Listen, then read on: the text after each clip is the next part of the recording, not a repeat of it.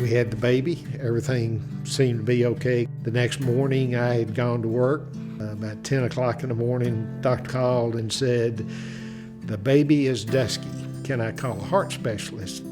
And about 2 o'clock the next morning, they came out with the results of the first cath. They said it appears that the top half of his heart is not there, and if he lives, he will, and if he doesn't, he doesn't. Born in 1974, there wasn't a whole lot of operating on infants at the time.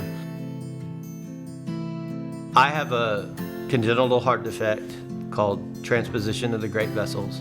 In addition to that defect, I have a ventricular septal defect. The pulmonary vein and the pulmonary artery were switched at birth, and the wall separating the ventricles was missing.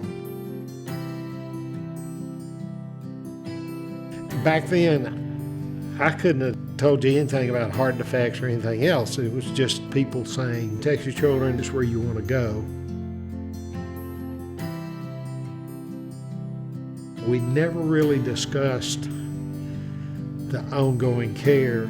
There wasn't a transition from pediatric cardiology into adult cardiology at the time that I graduated and moved to college. The doctor that I went to, although very good, didn't really understand the geography of my heart.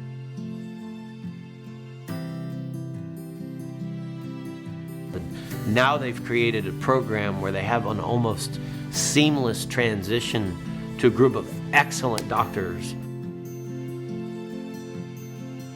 Ryan was born in June, and 4 weeks to the day, I had surgery after he was born. I was 28 at the time. In the waiting room the morning of my surgery, we struck up a conversation with the parents of this young boy, and it wasn't until about halfway through the conversation did they realize that we were not there for Ryan, that we were there for me.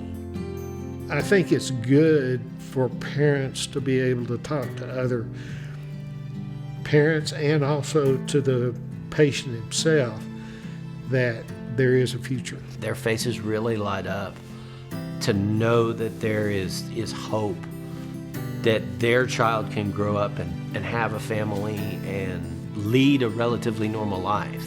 We've been on the leading part of the technology all the way through his life, and it has really been amazing to see the strides that have been made. I've gone other places. I went away for a short period of time at college, and it's scary because they don't know what to do with you.